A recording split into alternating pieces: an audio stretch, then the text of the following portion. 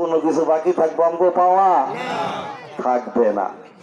তো ভাইয়েরা আমার বক্তব্য দেওয়ার দুঃসাহস আমি দেখাবো না, কারণ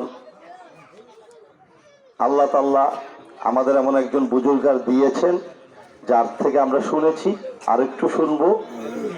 পরিশেষে আপনাদের কাছে এতটুকু অনুরোধ করব, আপনারা হয়তো অনেকেই আমার চিনেন, অনেকে চিনেন না।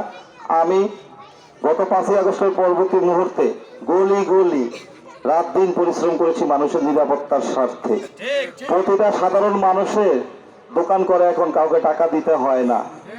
একটা ভ্যান বসায় দোকান করলো, আগে 200, 250, 300 টাকা দিতে হয়েছে, এখন দেয় না। প্রতিটা মানুষ দিন এনে দিন খায়, যারা কত ধরনের কষ্ট করে। একটা অটো রিক্সা চালাইলে 500 টাকা, 1000 টাকা কি কার্ডের নামে নিত বা কার্ড দিয়ে নিত, এটাও ইনশাল্লাহ বন্ধ হয়েছে।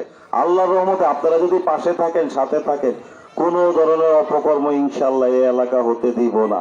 প্রয়োজনে আপনাদের স্বার্থে জীবন দিব। গত 18 বছরে আমি কয়েকবার গ্রেফতার হয়েছি, যেহেতু আমি বিএনপির রাজনীতি করি।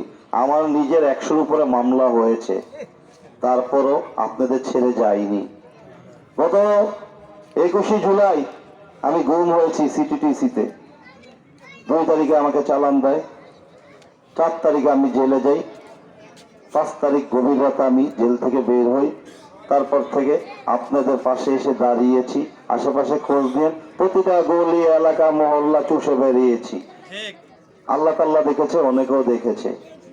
আমি কেউ না, কিছু না, খোদা তাআলার ক্ষুদ্রতম এক গুনাহগার বান্দা, কিন্তু